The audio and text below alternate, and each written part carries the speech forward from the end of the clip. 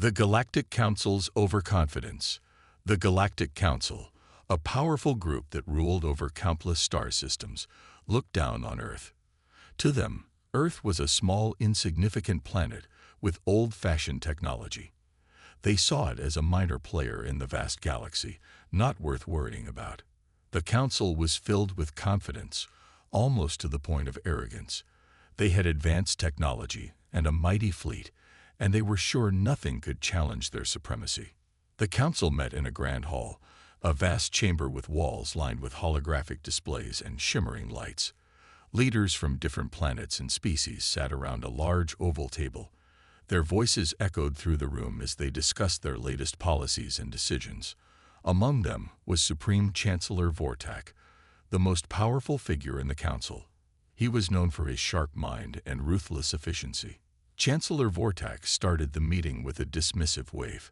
"Let's move on to more important matters," he said, his voice dripping with disdain.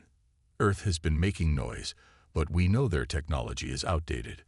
They pose no real threat to us." The other council members nodded in agreement. They had no reason to believe otherwise. Their sensors had shown that Earth's defenses were weak compared to the advanced fleets of the Council. They had even sent a few scouting missions to Earth. But these missions returned with reports of a planet barely capable of space travel. The Council had concluded that Earth was not a serious concern. Meanwhile, Earth's leaders were working behind the scenes. They knew that the Galactic Council underestimated them, and they used this to their advantage. Earth's scientists and engineers were secretly developing new technology, improving their weapons, and enhancing their defenses. They were preparing for a future confrontation, but they did so quietly, ensuring that their plans remained hidden from the Council. The Council's overconfidence was evident in their daily operations. They conducted their patrols and missions with little regard for the possibility of any serious challenge. Their fleet traveled through space with a sense of superiority, their ships sleek and powerful, their crews trained to handle any situation.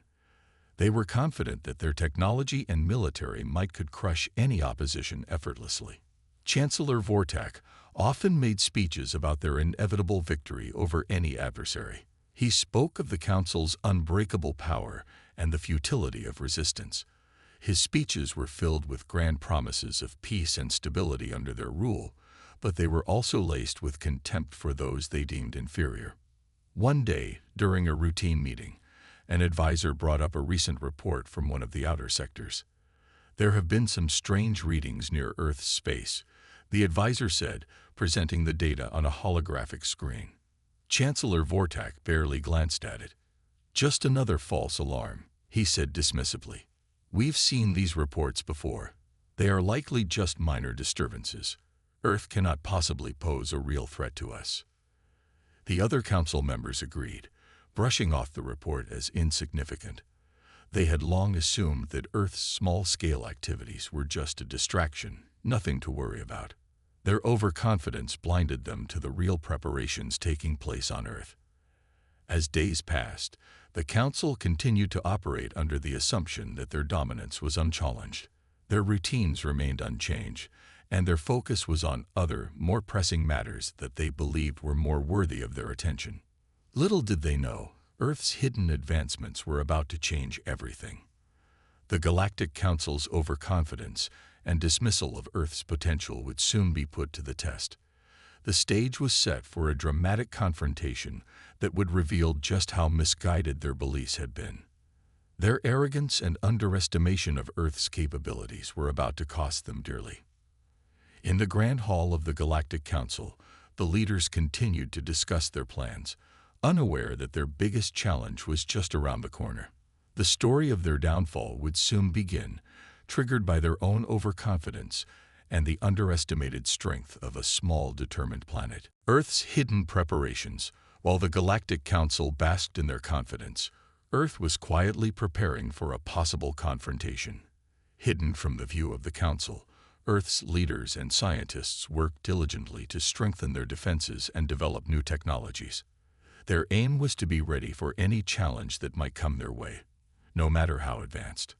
In a secret underground facility far from prying eyes, Earth's top scientists and engineers were busy. The facility was built deep within a mountain, shielded from both satellites and prying sensors. The walls were lined with advanced equipment, and the air buzzed with the hum of machinery. Here, scientists worked on projects that were critical for Earth's defense. Dr. Maria Chen, one of the lead scientists, was at the heart of the operation. She had been working tirelessly on a new type of energy shield that could protect Earth's spacecraft from powerful attacks. "We need this shield to be strong enough to withstand any blast," she told her team. They nodded, their faces set with determination.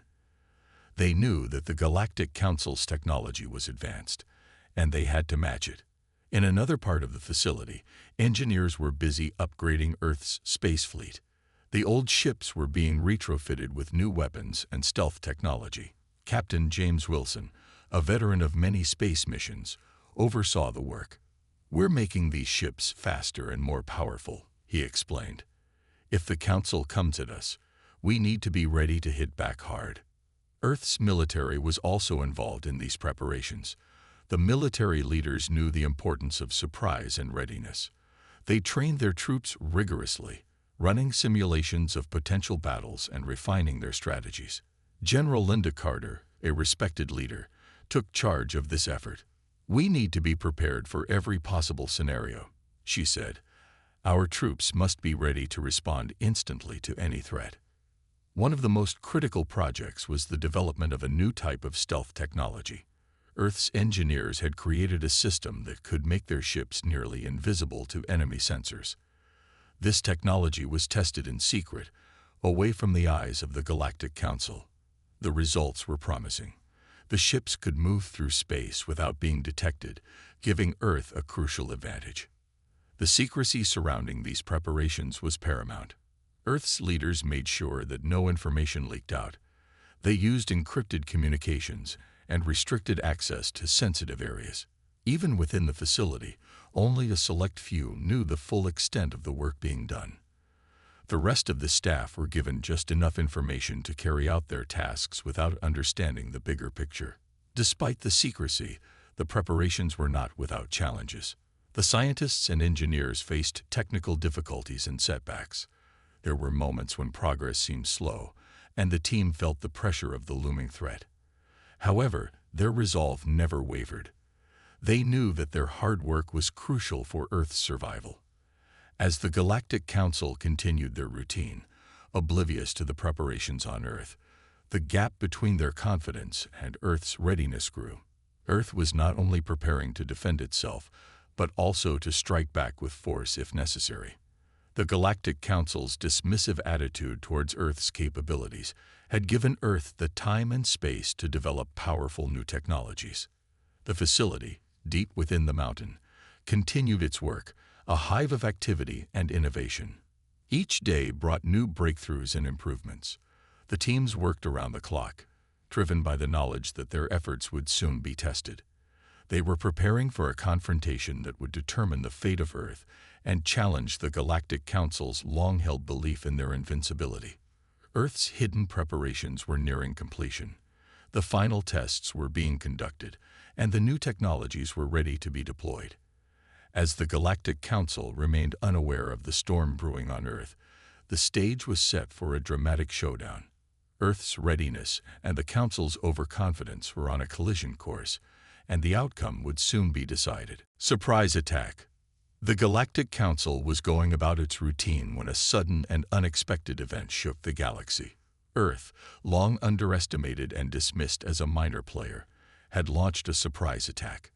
The Council, caught completely off guard, was unprepared for the sudden and powerful strike. It began early one morning with a report of unusual energy readings coming from the outer sectors of space. The Galactic Council's Central Command Center was a high-tech hub filled with screens and holograms. The officers there monitored the galaxy's activities, tracking ships and scanning for any anomalies. When the report came in, it was treated as just another minor blip on the radar. Commander Rylor, a seasoned officer, glanced at the readings and shook his head. "Probably just another malfunction or a minor disturbance," he said dismissively. The officers around him agreed. their attention quickly returning to more pressing matters. However, as the minutes passed, the readings grew stronger and more frequent. The energy spikes were coming from Earth's direction, and they were unlike anything the Council had seen before. Commander Ryler's expression changed from casual indifference to concern as the data showed increasingly intense signals. "Something's not right," Ryler said, his voice tense. He ordered an immediate scan of Earth's space, trying to determine the source of the unusual energy. The scan revealed something shocking. Earth had launched a series of high-energy projectiles aimed directly at key Council outposts. The Council's Central Command quickly tried to analyze the situation. The projectiles were unlike any known weapons, and their trajectory was precise. The Council's experts scrambled to understand the new threat, but it was too late. The surprise attack was already underway. The first wave of projectiles hit with devastating accuracy. The outer fleets of the Galactic Council, stationed near Earth for routine patrols, were struck by sudden and powerful explosions. Ships were torn apart, and debris scattered through space. The Council's fleet was thrown into chaos as they tried to respond to the unexpected assault. Admiral Corrin, one of the Council's top military leaders, was on board his flagship when the attack began. He watched in horror as his fleet was decimated. "Deploy all available defenses," he ordered, his voice urgent and filled with alarm. "We need to counter this attack immediately." But Earth's surprise was not limited to the initial strike. Alongside the projectiles, Earth had deployed a fleet of stealth ships equipped with their new technology. These ships, nearly invisible to the Council's sensors, moved in and out of the attack zone with ease. They targeted strategic points, further crippling the Council's ability to fight back. Admiral Corrin's flagship was struck by one of these stealth ships. The damage was severe, and the flagship's systems went offline. The crew scrambled to repair the damage and restore control, but the attack was relentless. The Galactic Council's leaders, gathered in their grand hall, were informed of the attack. The room was filled with shock and disbelief as the news spread. Chancellor Vortak, who had previously dismissed Earth as a minor threat, was now faced with the reality of their unexpected power. "This is impossible," Vortak exclaimed, struggling to comprehend the situation. "How could Earth have such advanced weapons? We were assured they were incapable of such an assault." The Council's leaders were forced to confront their own overconfidence. The unexpected attack had exposed their lack of preparedness and their underestimation of Earth's capabilities. As the battle continued, the Galactic Council struggled to regroup and launch a counteroffensive. On Earth, the success of the surprise attack was celebrated. Dr. Maria Chen, Captain James Wilson, and General Linda Carter watched as their plans unfolded perfectly. The preparation and secrecy had paid off. The Galactic Council, once so sure of their dominance, was now reeling from the unexpected strike. As the battle raged on, the Galactic Council faced a new reality. Earth's surprise attack had shifted the balance of power and challenged their belief in their invincibility. The attack was far from over, and the outcome remained uncertain. But one thing was clear. Earth had made its presence known in a way the Council could no longer ignore. Panic among the Council. The Galactic Council was thrown into disarray by the surprise attack from Earth. What had started as a routine day quickly became a nightmare as their fleets and outposts were hit hard. Panic spread through the Council's ranks as they struggled to respond to the unexpected threat. In the Council's Central Command Center, alarms blared and lights flashed in red. The usually calm and orderly environment was now filled with confusion and chaos. Officers ran from one station to another, shouting orders and trying to make sense of the situation. The normally composed Commander Ryler was now visibly shaken as he tried to coordinate the defense. "Report. What's the status of our fleets?" Ryler demanded, his voice tense. He was met with a flurry of information from his officers. Ships were damaged, and communication systems were failing. The Council's outer defenses were in ruins, and the extent of the damage was becoming clearer by the minute. One of the Council's leaders, Councillor Thera, watched the unfolding chaos with growing alarm. "This is worse than we thought," she said, her voice trembling. "Our fleets are being overwhelmed. We need to act fast, or we'll lose everything."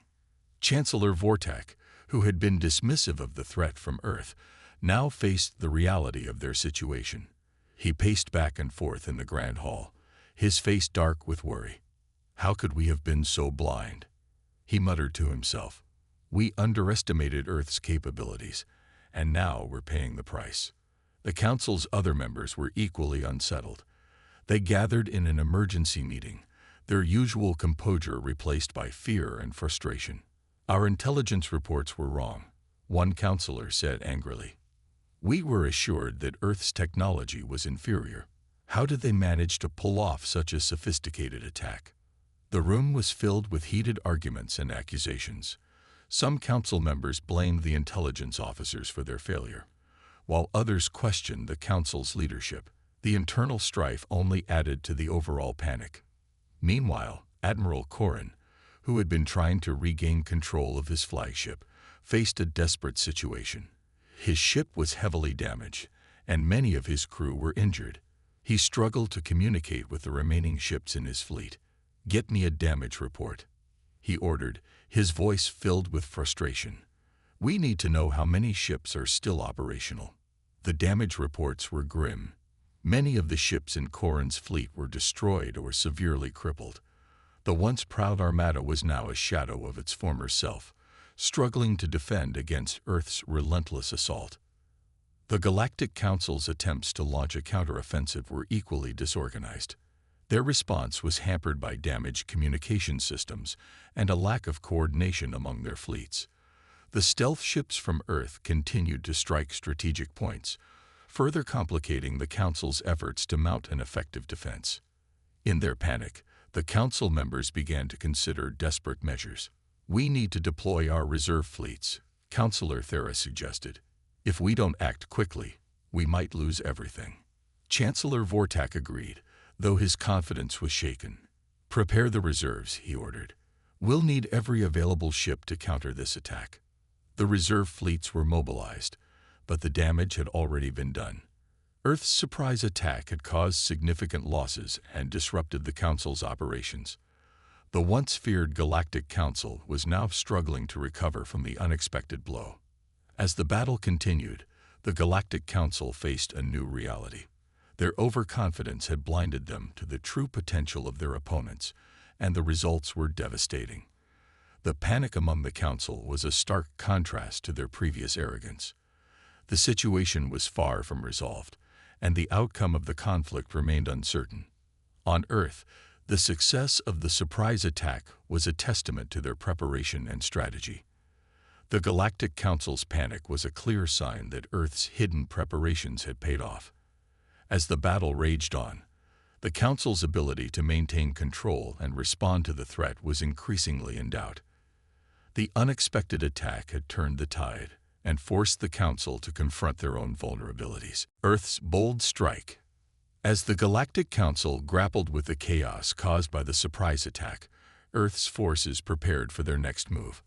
The initial assault had shaken the Council, but Earth's leaders knew that to ensure their victory, they needed to press their advantage. It was time for a bold and decisive strike. The command center on Earth was buzzing with activity. Dr. Maria Chen, Captain James Wilson, and General Linda Carter were at the heart of the operation. They had seen the initial success and now planned to deliver a more significant blow. "We've gained momentum," Dr. Chen said, her voice determined. "We need to use it to strike at their most critical assets." General Carter reviewed the battle plans on a large holographic display. "Our next move will be crucial," she said. "We have to target their command centers and key fleet bases. If we can cripple their ability to coordinate, we can break their morale and force them into retreat." Captain Wilson, overseeing the deployment of Earth's stealth ships, nodded in agreement. "Our ships are ready," he said. "The new technology is working perfectly. We'll move in silently and strike where it hurts the most." Earth's fleet, equipped with advanced weapons and stealth technology, was poised for action. The ships, now nearly invisible to enemy sensors, prepared for their bold strike. The plan was to hit multiple targets simultaneously, creating confusion and disrupting the Galactic Council's operations. As the fleet moved into position, the Council's command center was still reeling from the initial attack. The officers and leaders struggled to regain control, their efforts hampered by damaged communications and disorganized defenses. The Galactic Council was in no condition to anticipate or counter Earth's next move. With precise coordination, Earth's fleet launched their attack. The stealth ships emerged from their hiding spots and targeted key Council bases. Explosions lit up the darkness of space as Earth's ships hit their targets with pinpoint accuracy. The Galactic Council's command centers were struck hard, and the damage was immediate. In the Galactic Council's central command center, the sudden surge of explosions and damage was met with panic. "They're hitting our command centers," an officer shouted, his voice filled with alarm. "We're losing control of our fleets." Chancellor Vortak, who had been trying to rally the Council's defenses, was visibly shaken. "We need to redirect all available forces to protect our critical installations," he ordered. "We can't afford to lose our command infrastructure." Despite their efforts, the damage was severe. The attack had been swift and effective, and Earth's forces had succeeded in their goal of disrupting the Council's ability to respond. The Galactic Council's command and coordination were in shambles, and the morale of their fleets began to wane. General Carter watched the unfolding chaos with satisfaction. "Our strike is working," she said. "The Council's defenses are collapsing. We need to keep the pressure on and prevent them from regrouping." The attack continued with relentless precision. Earth's ships targeted supply depots, communication hubs, and other strategic points. The Galactic Council's forces were forced into a defensive posture, struggling to protect their remaining assets while trying to repair the damage. The bold strike from Earth had created a significant shift in the conflict. The Galactic Council, once so confident in their dominance, was now on the defensive. Their inability to respond effectively highlighted the gap between their initial overconfidence and the reality of Earth's capabilities. As the attack reached its peak, Earth's forces began to withdraw, leaving behind a trail of destruction. The Galactic Council's leadership, still reeling from the impact, faced a new reality. Their control over their fleets and command centers had been severely compromised, and the path to recovery would be challenging. On Earth, the success of the bold strike was celebrated. The coordinated attack had demonstrated their strength and resolve. The Galactic Council's weakened state was a testament to Earth's strategic planning and execution. As the battle continued, the balance of power had clearly shifted, and the Council's ability to maintain its grip on the galaxy was increasingly in doubt. Desperation of the Council. As the Galactic Council struggled to recover from Earth's bold strike, a sense of desperation began to seep through their ranks. The once confident leaders, who had dismissed Earth as a minor threat, now faced the harsh reality of their situation. The Council was in disarray, and their attempts to regain control were proving to be increasingly futile. In the central command center of the Galactic Council, the atmosphere was tense and frantic. The damage from Earth's attacks had been severe, and the command structure was in chaos. Officers scrambled to fix damaged systems, while leaders argued over the best course of action. The normally orderly environment was now a scene of confusion and urgency. Chancellor Vortak paced back and forth, his face etched with worry. "We need to come up with a new strategy," he said, his voice strained. "Our current defenses are failing, and our fleets are in disarray. We can't afford to lose any more ground." Councillor Thera, who had been one of the few to recognize the severity of the situation early on, nodded in agreement. "We must focus on rallying our remaining forces," she suggested. "We need to stabilize our command centers and ensure that we can coordinate a counterattack." The Council's military leaders were equally alarmed. Admiral Corrin, who had seen his fleet decimated by Earth's surprise attack, was now leading the effort to regroup and reinforce their defenses. He was visibly stressed, his uniform rumpled, and his face showing signs of exhaustion. "Deploy all available ships to the most critical sectors," he ordered. "We need to protect our remaining assets and prepare for another potential assault." The Council's efforts to rally their forces were met with significant challenges. Many of their ships were still damaged from the initial attack, and repairs were slow and difficult. The command centers, which had been hit hard, were struggling to get back online. The Council's ability to communicate and coordinate was severely compromised. As the Council's leaders grappled with their situation, reports of continued attacks from Earth added to their anxiety. Earth's forces, having inflicted severe damage, were now carrying out hit-and-run operations, targeting weak points, and further disrupting the Council's efforts to regroup. In a desperate move, the Galactic Council decided to call upon their reserve fleets. These fleets, which had been held in reserve for emergencies, were now being mobilized to provide additional support. However, this move came with its own set of problems. The reserve fleets were not as well equipped or prepared as the main fleets, and their deployment added to the overall strain on the Council's resources. In the midst of the growing desperation, the Council members began to turn on each other. Accusations and blame were exchanged as frustration and fear took hold. "Our intelligence was clearly flawed," one counselor said angrily. "We were missiled about Earth's capabilities." Another counselor countered, "Our leadership failed to act on the intelligence we had. We need to focus on fixing the problem, not pointing fingers." The infighting and blame only served to exacerbate the Council's sense of desperation. The once unified leadership was now divided, and their ability to respond to Earth's attacks was further hindered by internal conflict. On Earth, the situation was viewed with a mix of determination and relief. The Council's desperation was a sign that their strategy was working. Dr. Maria Chen, Captain James Wilson, and General Linda Carter continued to monitor the situation, their faces showing satisfaction at the progress they had made. "Our efforts are paying off," General Carter said.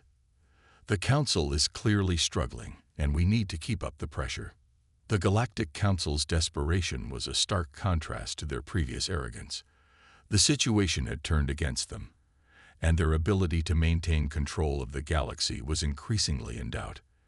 As Earth continued to press their advantage, the Council's struggle to recover highlighted the significant shift in the balance of power. The outcome of the conflict was becoming clearer, and the Council's once unshakable position was now being tested like never before. Turning the tide. The Galactic Council was in turmoil, but amidst the chaos, a crucial shift began to take place. Earth's earlier successes had pushed the Council to the brink, but now, Earth's forces were about to face a new phase in the conflict. The tide of the battle was about to turn in unexpected ways. In the command center on Earth, Dr. Maria Chen, Captain James Wilson, and General Linda Carter reviewed the latest updates. The Council's desperation was evident, and Earth's forces had made significant progress. However, the team knew that the Council would not surrender easily. "We've made headway, but we can't afford to be complacent," Dr. Chen said. "We need to ensure that our next moves are decisive." Captain Wilson nodded in agreement. "We've disrupted their command centers and weakened their fleets, but the Council still has considerable resources. We need to push forward and capitalize on our successes." General Carter, who had been closely monitoring the Council's responses, added, "Our attacks have been effective, but we should prepare for their counteroffensive. They will likely regroup and try to retaliate. We need to be ready for anything." The Galactic Council, now aware that Earth's forces were not going to relent, began to regroup and adapt their strategies. The reserve fleets, which had been mobilized in response to the crisis, were beginning to stabilize the situation. Though not as powerful as the main fleets, these reserve forces provided a crucial boost to the Council's defenses. Admiral Corrin, who had been struggling to regain control, was determined to turn the tide. "We need to launch a counteroffensive," he ordered. "We can't let Earth's momentum continue. We need to show that we are still a formidable force." The Council's counteroffensive began with a series of coordinated attacks aimed at Earth's weakened points. The Galactic Council's forces, though still recovering, managed to strike back with renewed vigor. They targeted Earth's supply lines and communication networks, aiming to disrupt the coordination of Earth's forces. The battle became increasingly complex as both sides engaged in a fierce struggle for control. Earth's forces faced a renewed challenge as the Council's counteroffensive pushed back against their earlier gains. The previously dominant position of Earth began to feel the strain of the Council's determined efforts. On Earth, the mood was tense as the team prepared for the Council's counterattacks. Dr. Chen, Wilson, and Carter worked tirelessly to adapt their strategies. "We anticipated that the Council would fight back," Dr. Chen said. "Our next moves need to be precise and well coordinated. We can't let them regain their footing." Captain Wilson prepared Earth's fleet for the possibility of a prolonged conflict. "We need to reinforce our positions and ensure that we can respond to any threats. Our earlier successes have put us in a strong position, but we need to stay vigilant." The Galactic Council's counteroffensive created a turning point in the conflict. The renewed fighting resulted in a back-and-forth struggle, with both sides vying for control.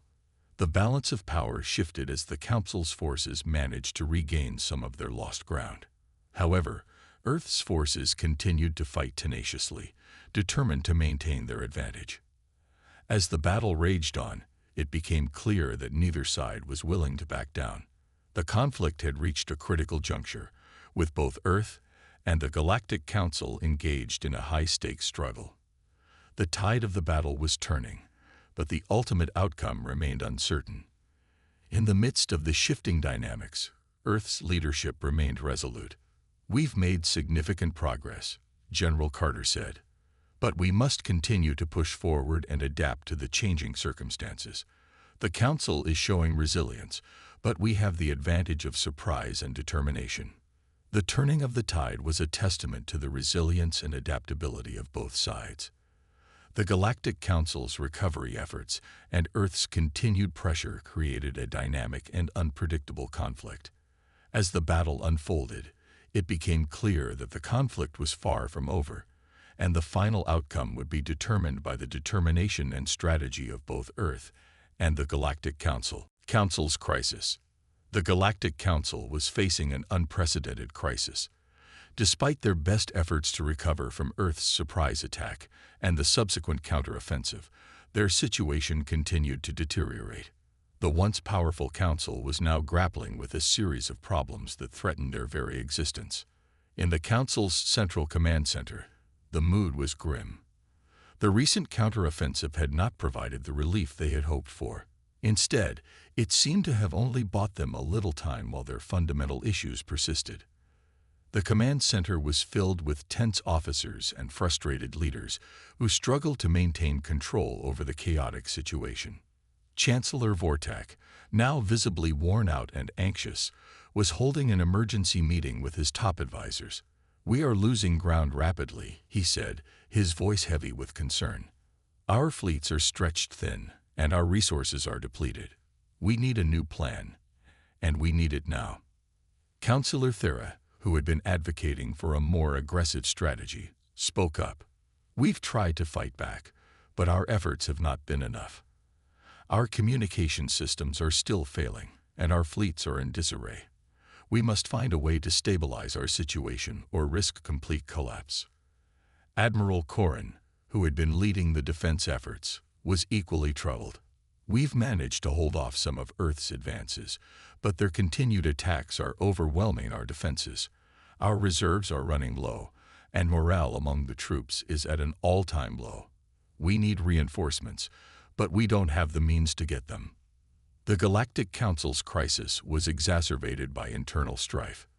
With their leadership facing mounting pressure, disagreements and finger-pointing became more frequent. "Our intelligence failures were a significant factor in this mess," one counselor complained. "We were missiled about Earth's capabilities, and now we're paying the price." Another counselor countered, "Our leadership failed to act on the intelligence we had.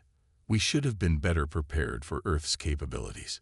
It's time to focus on what we can do now to turn this situation around." The infighting and blame-shifting only deepened the Council's crisis.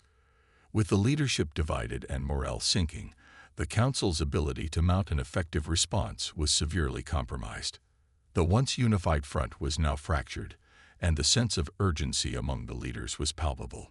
The Council's struggles were mirrored in the field. Their fleets, though still formidable, were increasingly disorganized. The supply lines were disrupted, and the coordination between different units was faltering. Earth's continued attacks exploited these weaknesses, further pressuring the already strained Council. In a desperate bid to regain control, the Galactic Council attempted to implement emergency measures. They sought to repair their damaged communication systems, reallocate their remaining resources, and bolster their defenses. However, these efforts were hindered by the ongoing attacks and the internal chaos within the Council. As Earth's forces pressed their advantage, the Galactic Council's leadership faced difficult decisions. "We need to consider negotiating with Earth," Chancellor Vortak suggested. "If we continue on this path, we risk total defeat. Perhaps it's time to explore diplomatic options." Councillor Thera, though skeptical, agreed that negotiations might be worth exploring. "We must weigh our options carefully," she said. "We need to determine if a negotiated settlement is possible and what concessions we might need to make." Meanwhile, on Earth, the leadership watched the Council's crisis unfold with cautious optimism.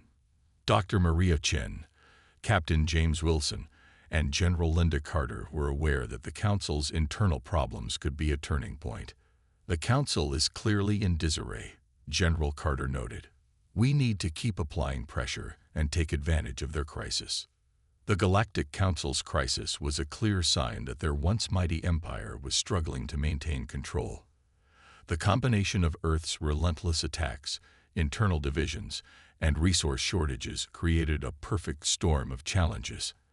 As the conflict continued, the outcome remained uncertain, but the Council's ability to recover from their crisis was increasingly in Earth's new position. As the Galactic Council grappled with their crisis, Earth found itself in a new and unexpected position of strength. The relentless attacks, strategic maneuvers, and the Council's internal turmoil had shifted the balance of power significantly. Earth's forces were now poised to leverage their newfound advantage and reshape the galaxy's dynamics. In the command center on Earth, a sense of cautious optimism prevailed. Dr. Maria Chen, Captain James Wilson, and General Linda Carter gathered to review the latest intelligence and developments. The Galactic Council's internal chaos and the weakening of their defenses had created an unprecedented opportunity for Earth. "We've done well to capitalize on the Council's disarray," Dr. Chen said, looking at the holographic displays that showed Earth's expanding influence. "Our strategies are working, but we need to be careful not to overextend ourselves." Captain Wilson agreed. "We've gained significant ground, but we must ensure that we consolidate our position. Overextending could leave us vulnerable to counterattacks. Our next steps must be carefully planned." General Carter, who had been overseeing the deployment of Earth's forces, added, "We've managed to disrupt their command structure and weaken their fleets, but the Council still has considerable resources. We need to maintain our pressure while fortifying our defenses." Earth's new position allowed them to influence key strategic areas. The Council's former strongholds, now under pressure from Earth's forces, were being systematically secured.